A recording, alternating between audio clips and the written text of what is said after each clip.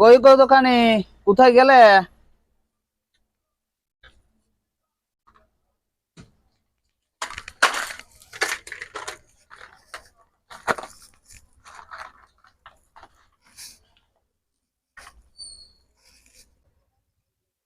একা মানুষের দুদিকটা সামলানো দায়।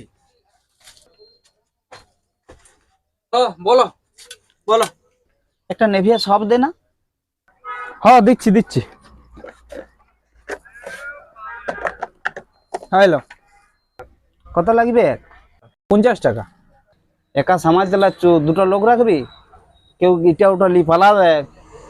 তার জন্য তো একজন নজর রেখেছে।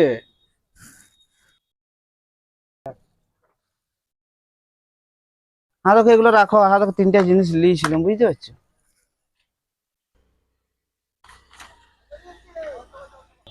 হ্যালো, তাহলে পয়সাটা আমি আসছি। হ্যাঁ শুনো শুনো শুনো,